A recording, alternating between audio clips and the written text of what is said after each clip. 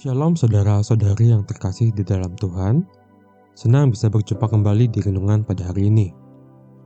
Mari kita bersama-sama merenungkan firman Tuhan yang begitu indah dari kitab Filipi pasal 4 ayat 2 hingga 9. Dengan judul renungan hari ini adalah Pikiran Positif, Hidup Penuh Damai.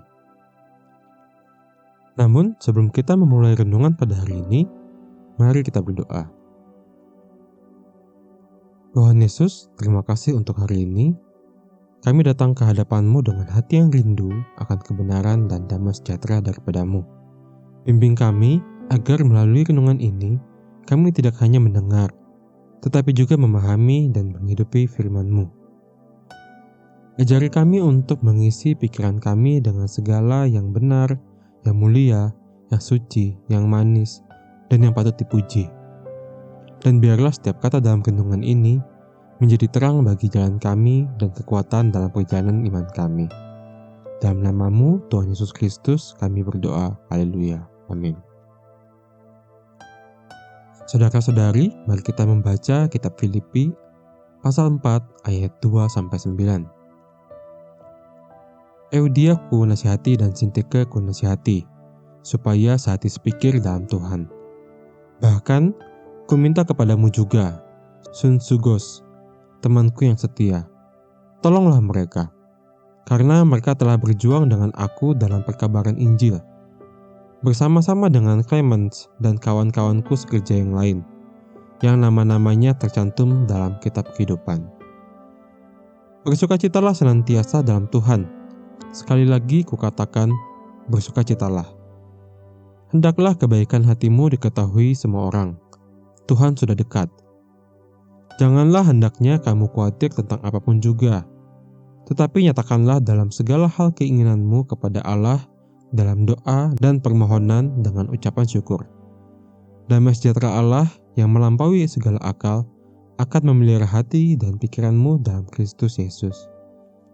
Jadi akhirnya, saudara-saudara, semua yang benar, semua yang mulia, semua yang adil, semua yang suci, semua yang manis, semua yang sedap didengar, semua yang disebut kebajikan dan patut dipuji, pikirkanlah semuanya itu. Dan apa yang telah kamu pelajari, dan apa yang telah kamu terima, dan apa yang telah kamu dengar, dan apa yang telah kamu lihat padaku, lakukanlah itu. Maka Allah sumber damai sejahtera akan menyertai kamu. Saudara-saudari, pernahkah kita menyadari bahwa apa yang kita pikirkan membentuk siapa diri kita? Pikiran bukan hanya sekedar lintasan dalam benak. Pikiran membentuk sikap. Sikap melahirkan tindakan. Tindakan yang diulang-ulang membentuk kebiasaan. Dan dari kebiasaan, terbentuklah karakter kita. Semua dimulai dari pikiran. Dalam suratnya kepada jemaat di Filipi, Rasul Paulus tidak sedang berbicara dari tempat nyaman. Ia menulis dari dalam penjara.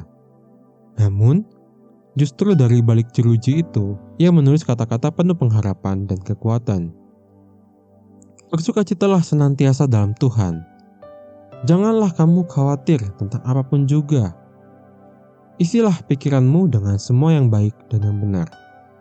Luar biasa bukan? Bagaimana mungkin seseorang yang sedang menderita bisa berkata, bersukacitalah? Jawabannya ada pada apa yang memenuhi pikirannya.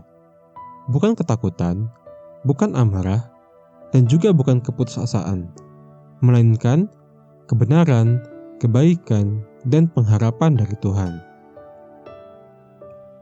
Saudara-saudari yang terkasih di dalam Tuhan, seringkali kita membiarkan pikiran-pikiran negatif menguasai hati kita.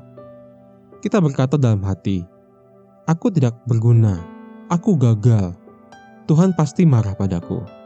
Padahal, tidak semua pikiran itu berasal dari Tuhan. Banyak dari mereka adalah bisikan musuh yang ingin menghancurkan identitas kita sebagai anak Allah. William Beckus, seorang psikologi Kristen, menyebutnya sebagai mengatakan kebenaran kepada diri sendiri. Bukan dusta, bukan ketakutan, bukan cemoohan terhadap diri sendiri, melainkan kebenaran.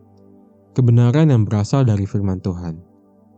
Meskipun aku gagal hari ini, aku bisa bangkit kembali. Tuhan tidak meninggalkan aku. Aku dikasihi, aku diampuni karena aku berharga.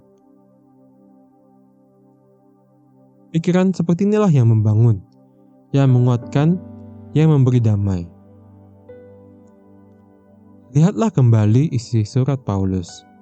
Ia menasihati Euodia dan Sintike, dua wanita yang berselisih, untuk sehati dan sepikir dalam Tuhan. Mengapa? Karena persatuan dimulai dari pikiran yang selaras dengan Kristus. Ia juga mendorong jemaat untuk bersukacita, untuk tidak khawatir, untuk bersyukur dalam doa, dan untuk mengisi pikiran dengan hal-hal yang benar dan mulia. Karena ketika pikiran kita dipenuhi dengan kebenaran, hati kita akan penuh dengan damai sejahtera Allah yang melampaui segala akal. Saudara-saudari, apakah hari-hari ini pikiranmu dikuasai oleh kecemasan? Apakah kamu terus dihantui oleh kegagalan masa lalu? Atau mungkin kamu mulai kehilangan arah dan merasa tidak berharga? Hari ini, mari kita berhenti sejenak. Tarik nafas dalam-dalam dan izinkan Roh Kudus memenuhi pikiran kita dengan firman-Nya. Pikirkan semua yang benar, yang adil, yang suci, yang manis, yang sedap didengar, dan yang patut dipuji. Isi pikiranmu dengan firman Tuhan, karena dari situlah hidupmu akan dipulihkan. Dan jika kamu melakukannya, maka seperti janji Tuhan dalam ayat ke-9, Allah, sumber damai sejahtera, akan menyertai kamu. Bukan hanya sesaat, melainkan setiap hari, dalam setiap langkah hidup Anda.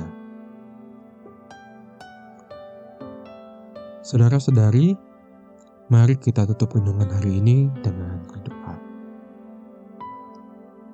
Bapa di surga, kami bersyukur atas firman-Mu yang menguatkan kami hari ini.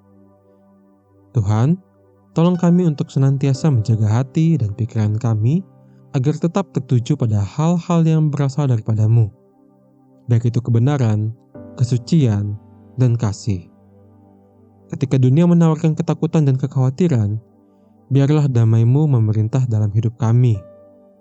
Tuhan, mampukan kami untuk menjadi pembawa terang dan kedamaian bagi orang lain, sebagaimana firman-Mu telah menerangi kami hari ini.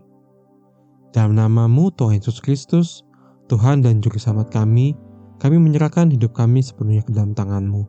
Haleluya. Amin. Tuhan Yesus memberkati.